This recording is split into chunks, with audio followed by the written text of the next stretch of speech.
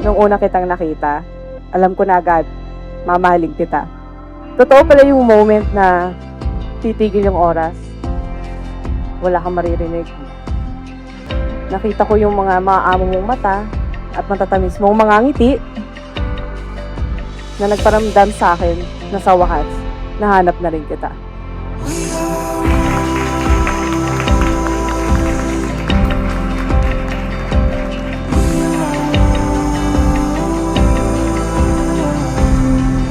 Do you take Ivana here present for your lawful wife according to the right of our Holy Mother, the Church?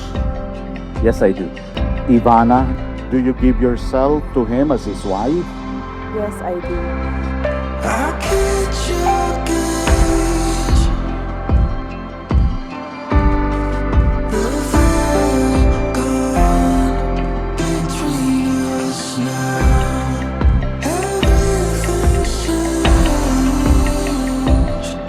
Our hearts are ablaze with love. Minsan na akong tumigil na maniwala sa pagmamahal. Pero nabago mo ito nung dumating ka sa panahon na hindi ko inaasahan. Pinaalala mo sa akin na ang tunay na pagmamahal ay walang hinihintay at hinihinging kapalit. Na ito ay walang takot, na ito ay walang pangamba, at ito ay laging buo at wagas. Undercover's morning light, colors shining from your eyes, blue and white they fill the sky. I see you around the bend. You're the air that I breathe, living nightmares bleed. You're the missing puzzle piece, lost for words again. We are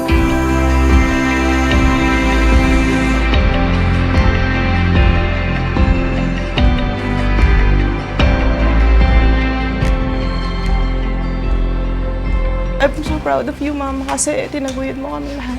Binigay mo sa amin yung magandang buhay. You even helped us preparing sa wedding. Hindi ka man sobrang clingy as a mom. Hindi ka sobrang verbal na mahal mo ko. Pero your action speaks louder than words. It's not every day that I tell you that I love you. But Mama, deep inside, I'm very proud that you're my mom and I love you so much. Sa next life ko, I hope you're still my mom. The very foundation where love is supposed to be filled is not provided because they do not experience acceptance and love even from the womb of their mothers. So let your womb kin be a source of acceptance and love.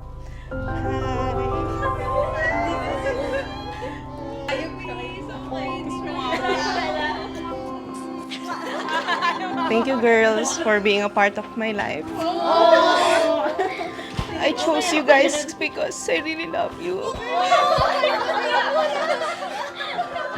Salamat kasi napaka-supportive niyo sa akin throughout this journey of being a bride and now I'm getting married. Ay, sumikip yata.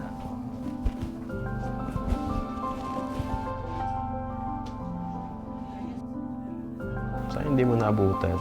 Kung sana maghahatid sa akin, dalawa kayo ni Mama.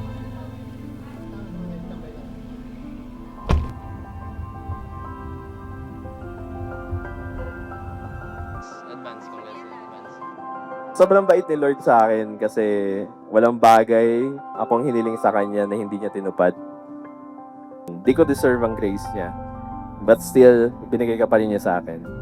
Alam ko minsan may pagkakataon na parang hirap ko pakisamahan. Pero minahal mo pa rin ako despite my shortcomings and imperfection. Para sa'yo. And napaka-meaningful para sa amin. Kasi diyan nagsimula lahat. Remember nung una tayo nagkakilala. November 10, 8 p.m. 2018. Iingatan kita at ipapaalala ko sa'yo kung gaano kakaganda at kung gaano kita kamahal araw-araw. I love you, B.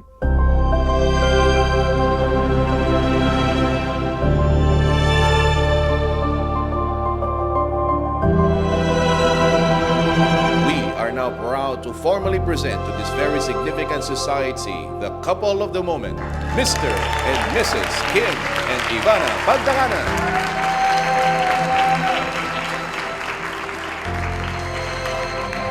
At the end of the day, every family is a reflection of the church. Kasi sa pamilya, unang nakikilala ng mga anak ang Diyos nila.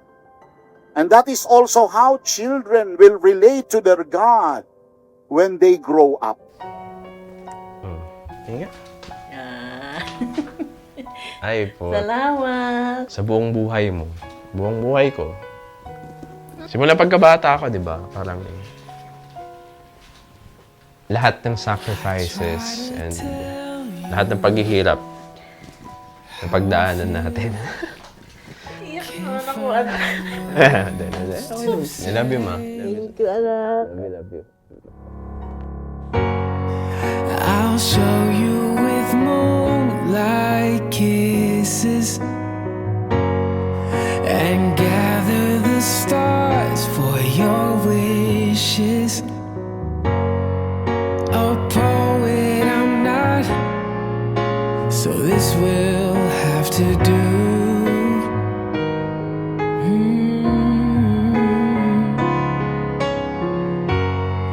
I'll fill all your days with laughter, and each day a brand new chapter, unfolding forever after to reveal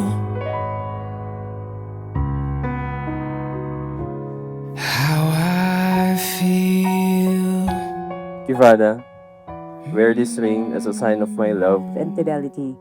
In the name of the Father, and of the Son and of the Holy Spirit.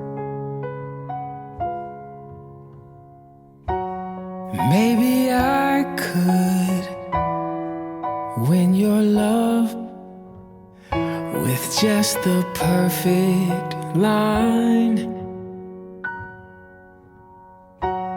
Actions say much more And I, by the than authority of the words. church, calling on all those present here as witnesses, confirm and bless the bond of marriage which you have contracted in the name of the Father and of the Son This and of the love Holy I Spirit. have inside, Kim, you may kiss your wife.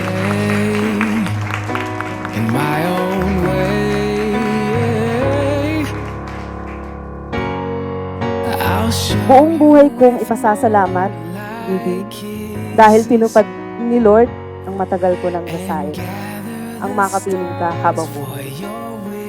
Hindi na ako makapaghihintay pa na bumuo ng sarili nating pamilya. Of starting a family may not only be just a small token, but I hope that it brings you joy, that I give you the key to my heart and to our home, our future home. It may not yet be built yet, but I know paparating na rin yun. Lagi mo tandaan, ikaw ang aking tahanan, ikaw ang aking lakas. Ngayon, bukas, at panghabang buhay. Mahal na mahal kita. ever after to